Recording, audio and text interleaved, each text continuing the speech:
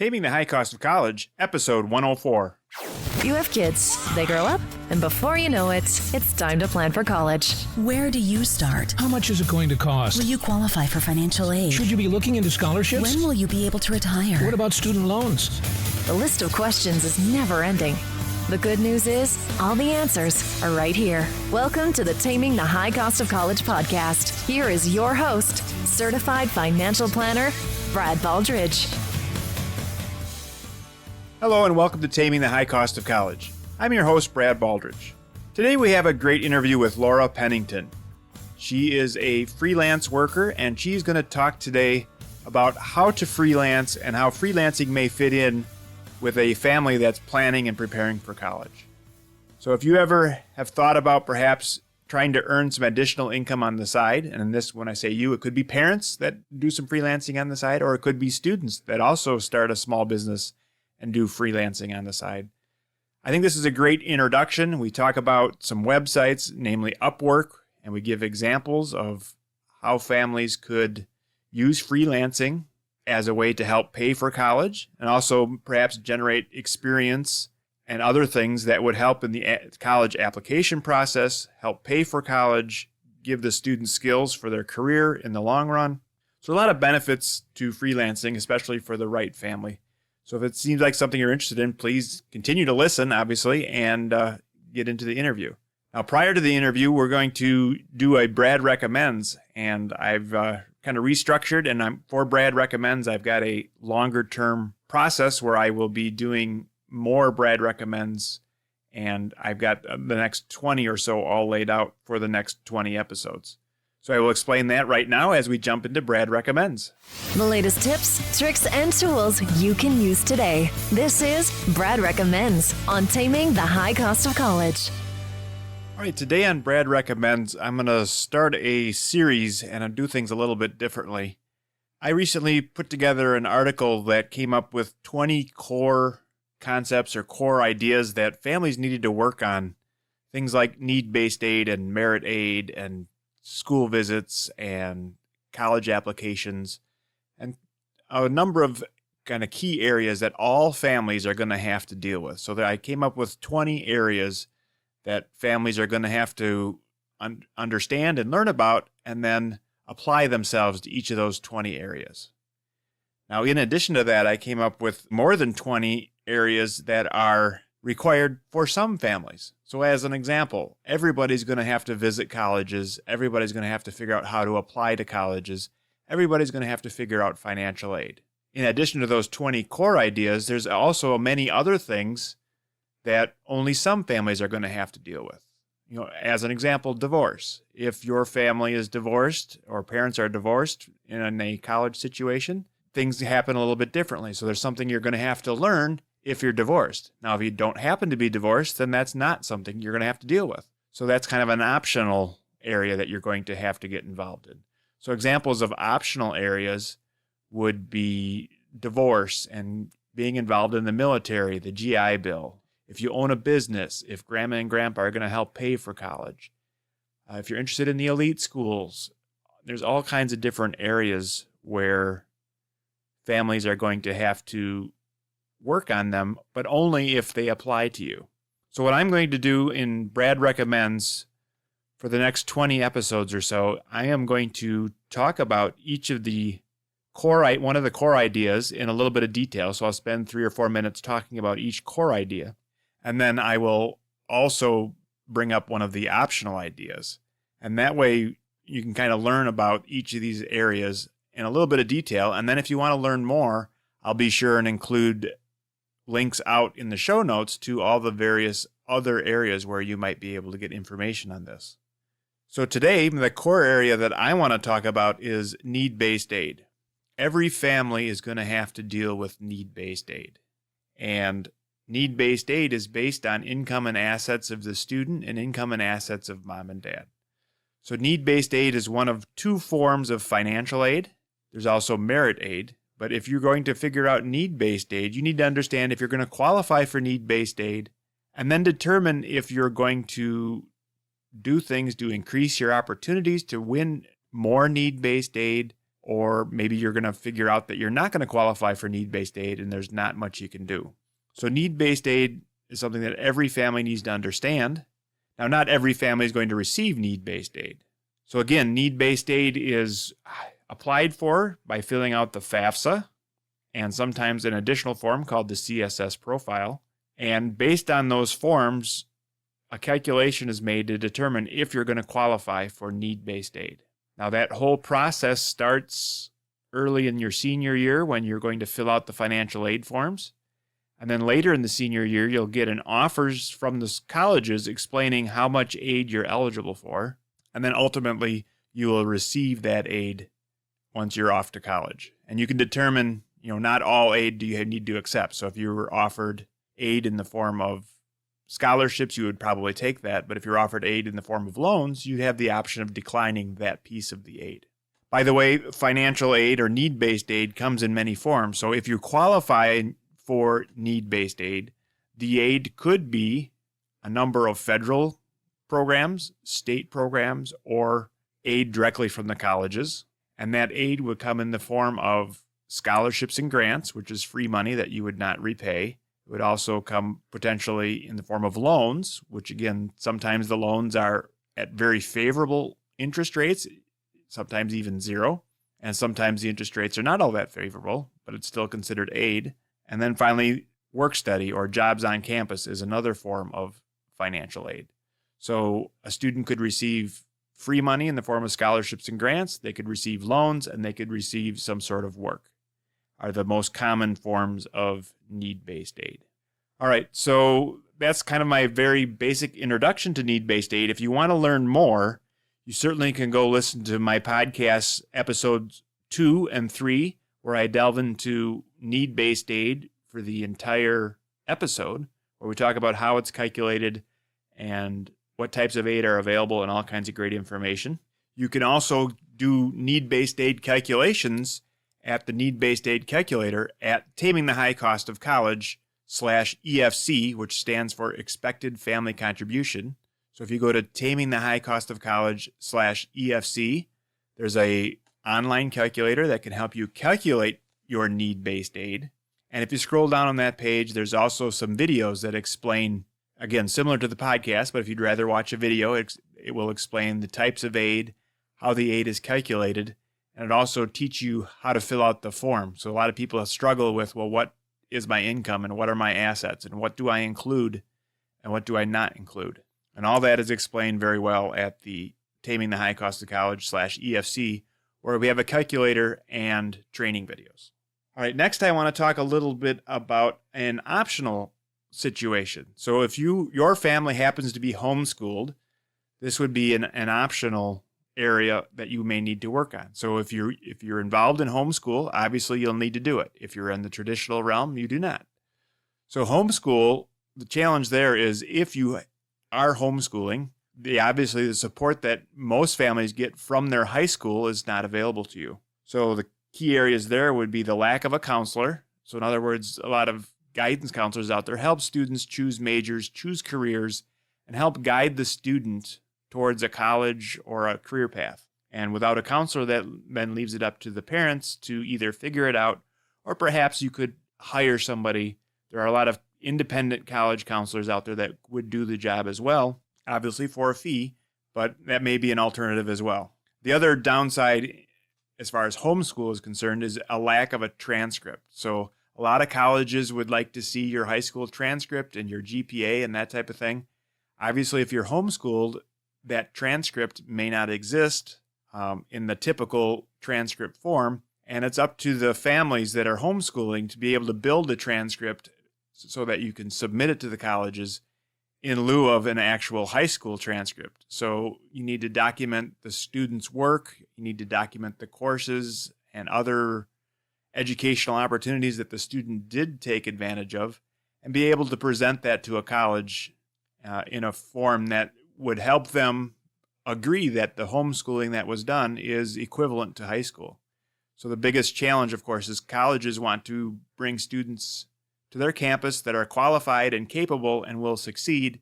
So they need some sort of assurance that the education that the student received at home is somehow the equivalent or better than what may have been received at a typical high school. All right, well, that's enough for Brad Recommends. Let's go ahead and jump into the interview.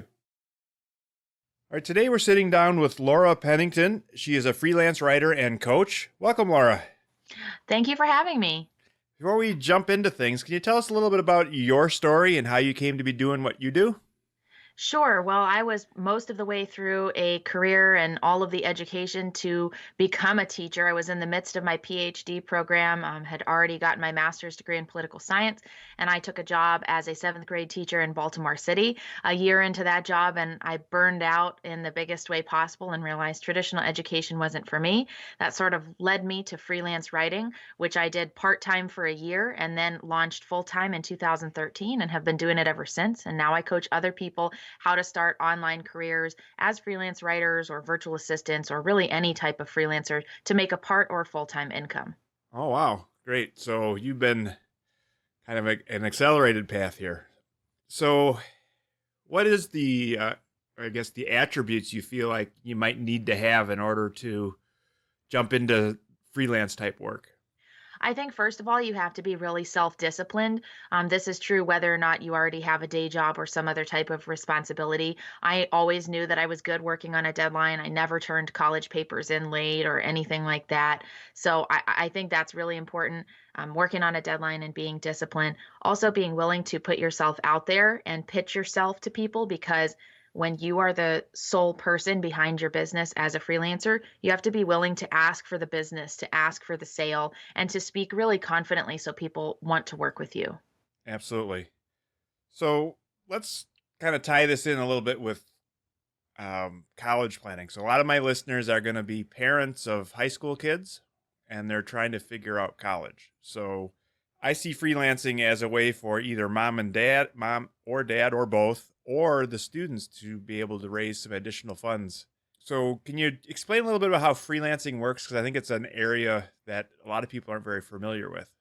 Absolutely. So freelancing is becoming more and more popular in the marketplace today because we live in an online world, and an online world that constantly needs all kinds of content, whether it's graphics or web development help or writing, whatever that might be. So more companies are becoming comfortable with partnering with a freelancer. The benefit for the company is they don't have to hire a full-time content writer to sit in their office. They don't have to pay that person benefits, but they can choose to partner with a freelance writer like me, pay me only for the project that I work on, not have to pay me any benefits. They get a high quality product that's exactly what they were looking for. So more companies are beginning to use all kinds of freelancers. And that's why it's an ideal time to become a freelancer of any type, because the demand has increased so much in the past 5 or even 10 years. And that's really how it works. And it's an excellent way for parents to have some extra cash coming in. It's also an excellent opportunity for students to consider because it hones their skills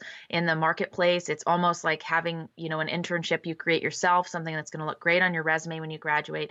And it's extra money that fits in around your existing schedule. So you don't have to worry about, juggling hours or trying to fit a second job and someone else's schedule into your own. And that's why freelancing is such a good fit for many people who have the desire and the drive. Right. So if we look at the big picture of freelancing, what type of jobs and jobs isn't quite the right word because it's freelancing, but what type of, obviously you're a freelance writer, but what other areas are big in freelancing that you're familiar with?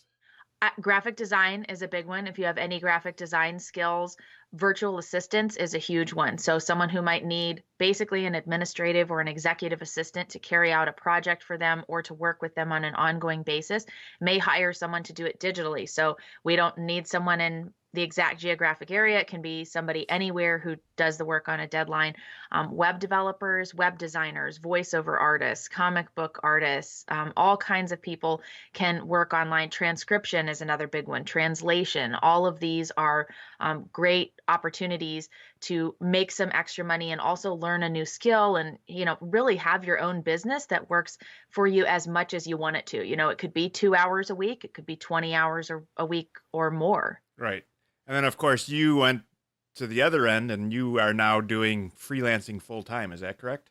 Yes, had a day job after I left my teaching position. I worked there 8:30 to 5. I started my freelance career accidentally. My first job paid me $150. I was excited just to make that.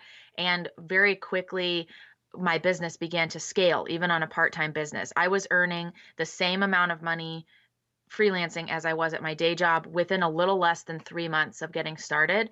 And after doing that for a year, balancing both, I kind of realized that it was time to pursue freelancing full time because it was getting difficult for me to manage my schedule and I was getting too many requests from potential clients. So I've been doing this full time since 2013.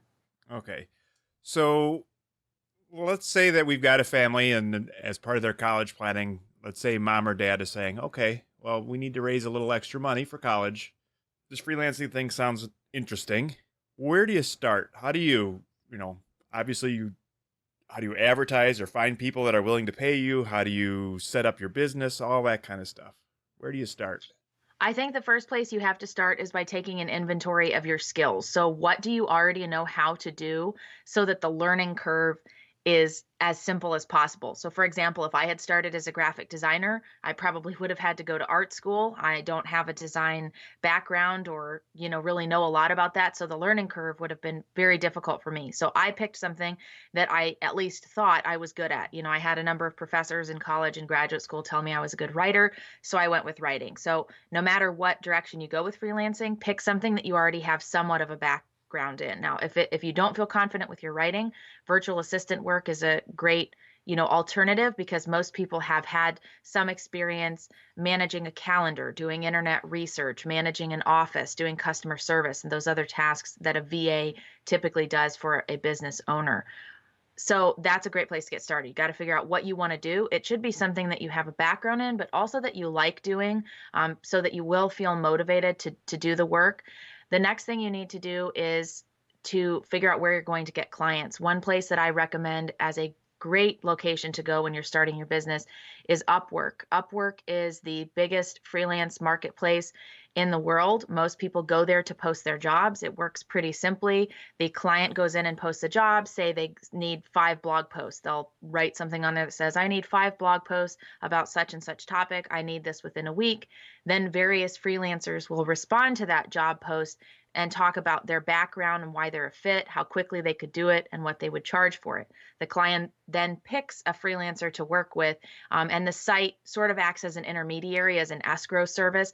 The client funds escrow, and it basically sits with Upwork until the job has been completed, and then it's released to the freelancer. And I used Upwork's predecessor, Elance, to really grow my freelancing business. And it was a huge source of leads for me. The reason I recommend starting there, clients are pre-sold. They already know they want to hire somebody. They're just looking for the right fit. And it's a good chance for a new freelancer to get their feet wet and see if they like what they're doing.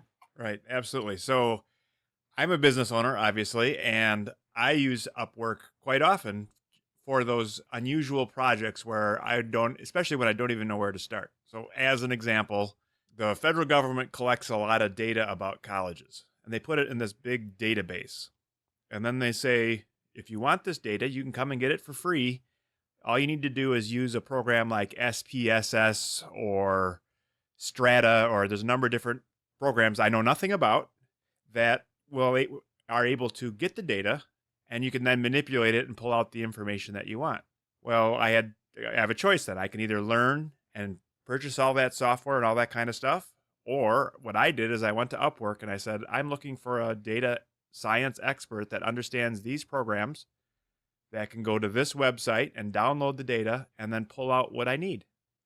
So I put that out there on a Tuesday.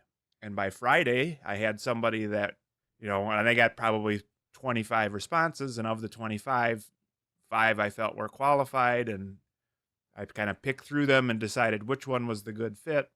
And the person I'm working with happens to be a college student who's studying data science.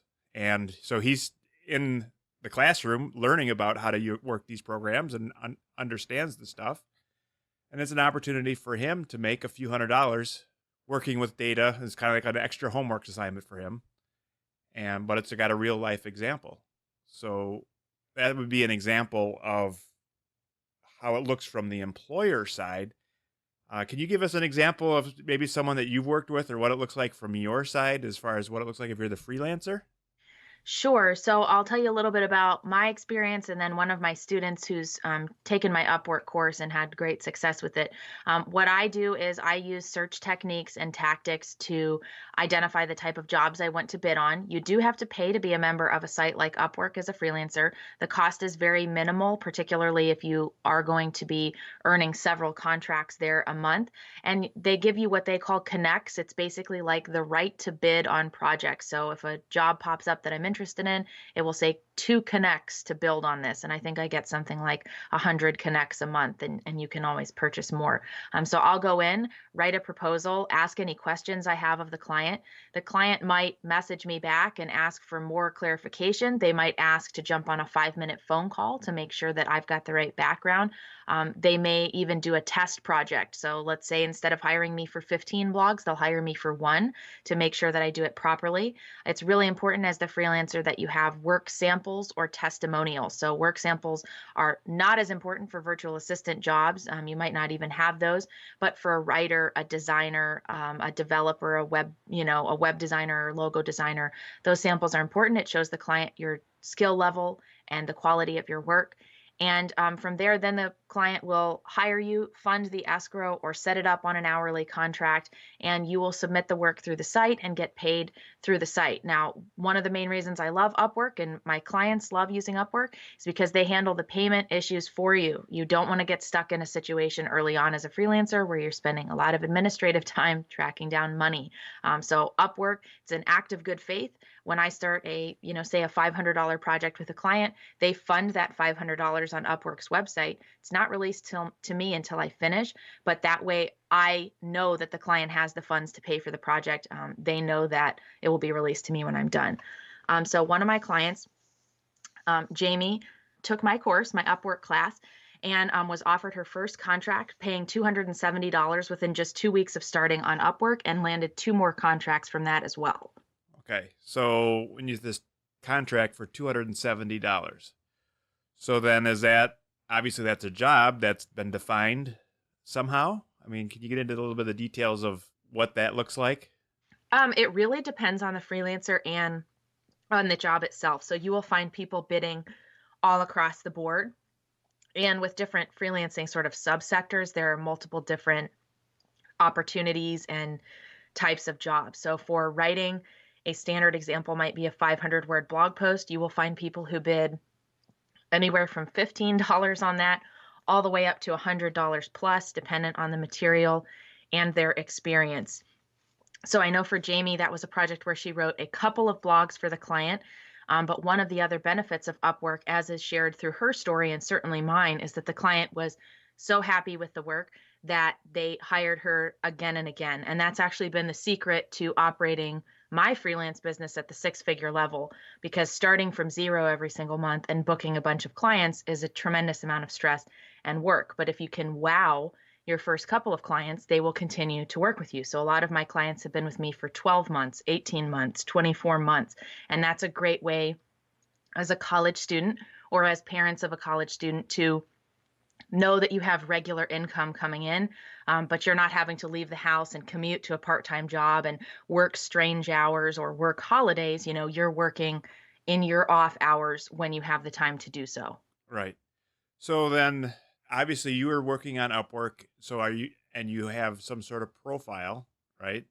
That explains a little bit about what your skill sets are and shows you samples of your work. Yes. And then when I put the job out as the employer, I describe the job as best I can. So, and what I found as the employer, the better I can describe it, the more quickly I find someone that's qualified and capable. So I put a job out there. So if you read a post that says I need blog posts, and that's all it says, obviously that's not so great. But if you say I need blog posts on this topic for this website, here's some samples in the past, et cetera, and then you would respond with a similar, I can do what you need to do. I've reviewed your website, and here's some samples of my work in a similar field or whatever you might happen to have. So then how long do you typically get to work? When you say you set your own schedule, then you guys, are there deadlines, or how does that part of it work typically? One of the biggest benefits of freelancing is that in the vast majority of cases, the client does not care when you do the work. They just care that you turn it in by the deadline. So my clients might say, hey, I need this in a week's time. That means I have the opportunity to fit that into my schedule the way that it works best. Now, there are certain clients that, and you want to be mindful of this on Upwork, that will say, hey, I'm looking for a virtual assistant who's available between 2 and 4 p.m. Pacific time. Obviously, if you have another job or another responsibility during that time, you might not want to be bidding on those jobs. But that's why writing is such a good fit, because most of the time, the client is not expecting you to be at your computer during specific hours. You can work on it at 5 o'clock in the morning, 10 o'clock at night. Doesn't really matter to the client so long as it gets done. And that's why it's such a great fit for college students and for parents who are maybe juggling some other opportunities, because they can determine, first of all, how many hours free do I have a week? When you first get started, you're definitely going to spend more time marketing than you are working for clients, but hopefully you will work it to a point where you have regular clients and hey, I've got 5 or 10 hours a week of work that I need to do. And that gives you some sense of incoming funds as well. Okay. So then how do you know how much to charge for whatever it is that you're doing? When people are first starting out, I strongly recommend that they charge based on how many hours it might take them to complete the job. This can be challenging for newbies. It's actually the opposite of the advice I give to experienced freelancers. But the reason it works for newbies is because when you're starting out, whether it's as, a VA or a logo designer, you may not know how long it's going to take you to write something. As an example, when I got started, it took me more than an hour to write a 500-word blog post. It now takes me maybe 35 to 40 minutes, sometimes even a lot faster than that, depending on the content. So start off charging hourly. That's why you want to get those details up front. How many words, how much research is going to be involved here? How long is it going to take me to edit or go through the revisions process with the client? And that way, your first couple projects will basically be telling you whether you quoted properly. You may learn, hey, I said this would take me 3 hours and it really took 5. So the next client I get, I'm going to change, what I say. Or you may learn that you're faster than you think. So it's always a good idea to charge hourly based on an estimate when you first get started of how long it might take you, and then just set an hourly rate. And you can tell your client, I would charge X dollars an hour for 3 hours, or you can give them a flat rate and say that you think it would take you 3 hours. Right. Okay. So obviously you have the choice of getting paid by the hour. I guess do you find employers prefer one way or the other? I think it depends on the type of person you're hiring. If you're going to be a virtual assistant, charging by the hour is quite standard because it's not always the same level of work every week. So even I have 3 virtual assistants on my team, and only one of them is on a retainer because he does the same thing every month. So the others are hourly, because some weeks I might give them way more and some weeks way less. Projects, I think that employers tend to favor projects because they know what they're going to get. So as an employer, and you can probably speak to this, there's nothing worse than giving someone a job and paying them an hourly rate, and then they come back with an invoice that is 5 or 10 times what you thought it would take them to do. So one of the things I say is like, you can't pay people who are being slow just for the sake of being slow, or they didn't read the instructions and they did it wrong. So I think employers like that flat fee because there's no question what they're going to pay for it. It's easy for them to budget. It's easy for them to set aside, okay, this service is going to cost me $200 a week. Now I know how much I need to pay this freelancer, as opposed to some of the variability associated with hourly contracts. If you do work hourly, be really clear with the client up front how many hours you think it will take for you to do particular projects, just so they know and that they're kept in the loop. Right. Okay. Yeah. And I guess I'm with you as far as hourly versus project. I prefer the project pricing in many regards, although sometimes I realize that the project isn't very well defined. So it's not fair to the freelancer for me to say, well, I kind of need a blog post that says something like this. They send it to me and it's like, no, I guess I give you bad directions because this is not what I had in mind. And then we do it over again. And I think there's a balancing act as far as working that out. Now, what happens if things go south on a particular project? What happens if, they say, well, I want blog posts like this. You do a great job, write something really great, and at least in your opinion, and they get it and they say, I don't like it, I'm not paying. How does all that situation get resolved? Or maybe they like it and they just choose not to pay. How do you deal with that? Well, the second scenario is definitely easier to deal with if you are on Upwork, especially. So, if they accept the work, or even I've had a couple of clients who, I submitted the work and they never signed back in to release the funds. Upwork automatically releases it after 30 days if they don't, if they disappear or go on some vacation and you never hear from them again. So that's definitely easier. Upwork also has a dispute process where you can, you need to keep all your communication on the Upwork platform for that reason. So that you can have the screenshots and they can go in and look at your account and see what was said and what was submitted when. So that definitely helps. If things get escalated to the point of a serious conflict, which in my 4.5 years of freelancing only happened once in my first 6 months, they do have an arbitration service that you can pay for.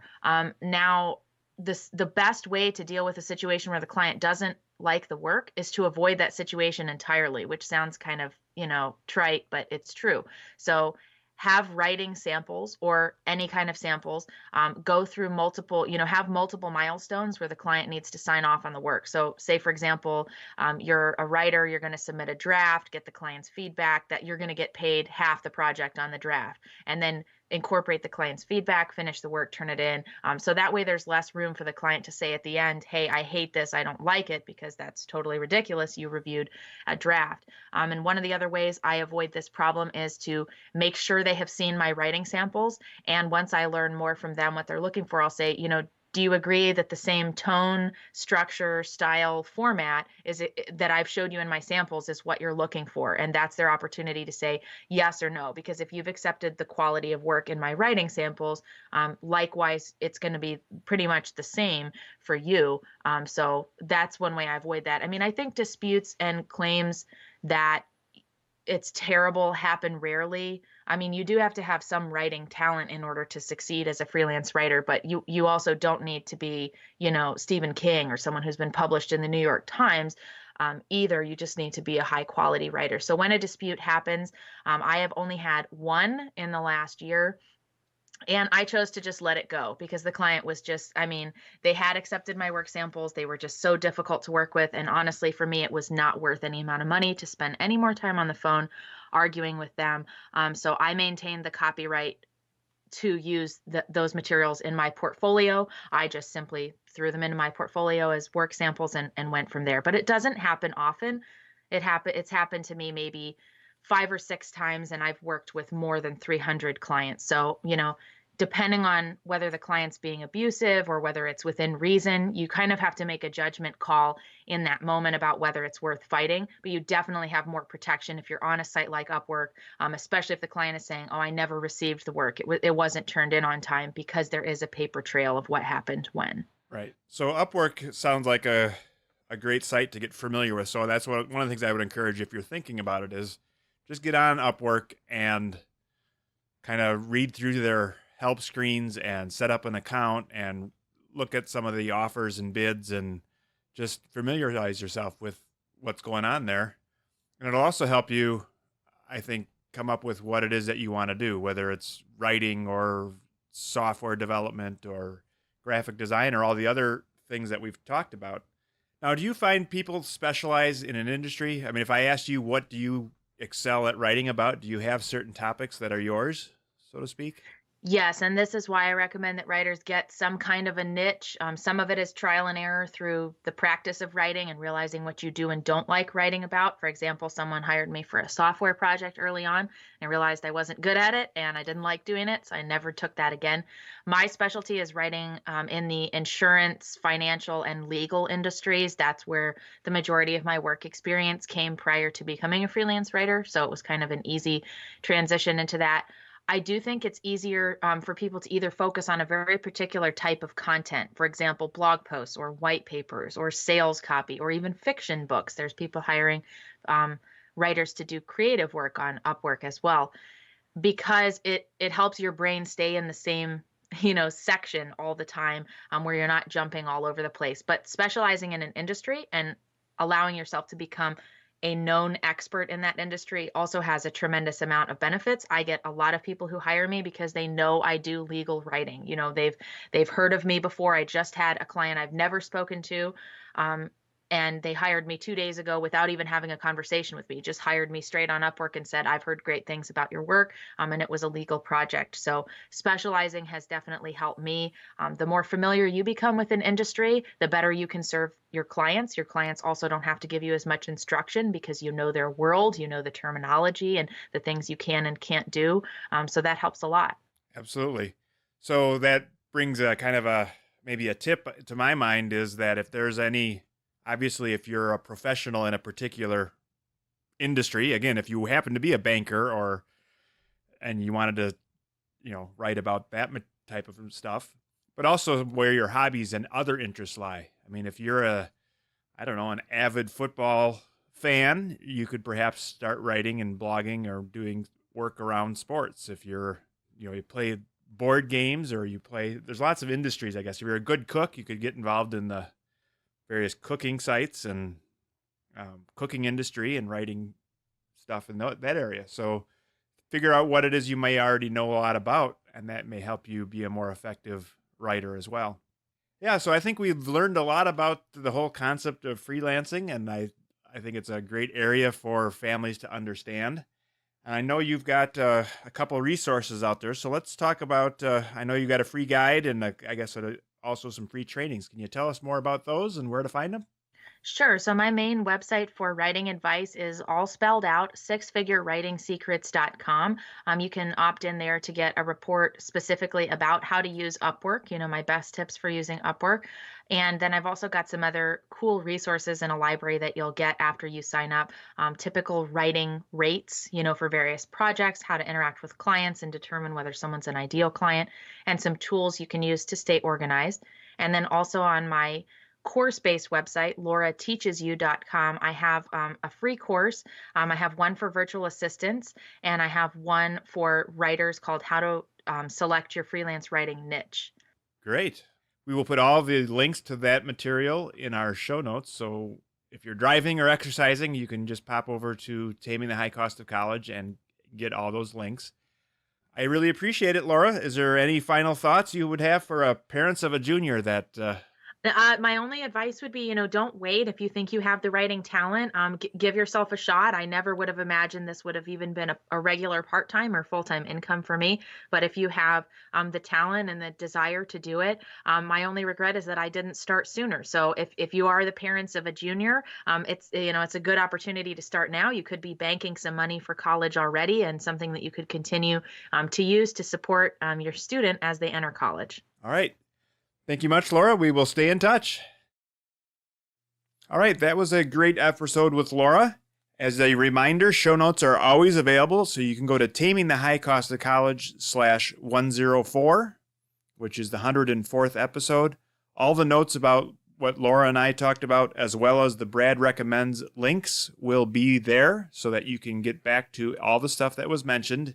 So if you're driving or exercising, you can just get to your computer when you get a chance and go to tamingthehighcostofcollege/104, and all the information and links will be there for you. As always, we appreciate you listening. If you have any questions or feedback, feel free to give our office a call. The number's on our website, or send me an email. I appreciate any feedback, and I can get back to you with any questions you might have. But that's all we have for this week, and we will continue next week. See you then. Thank you for listening to the Taming the High Cost of College podcast. Now it's time for you to take action. Head to tamingthehighcostofcollege.com for show notes, bonus content, and to leave feedback for Brad. The next step on your college journey starts now. Brad Baldridge is a registered representative of Cambridge Investment Research and an investment advisor representative of Cambridge Investment Research Advisors, a registered investment advisor. Securities are offered through Cambridge Investment Research Incorporated, a broker-dealer and member of FINRA and SIPC.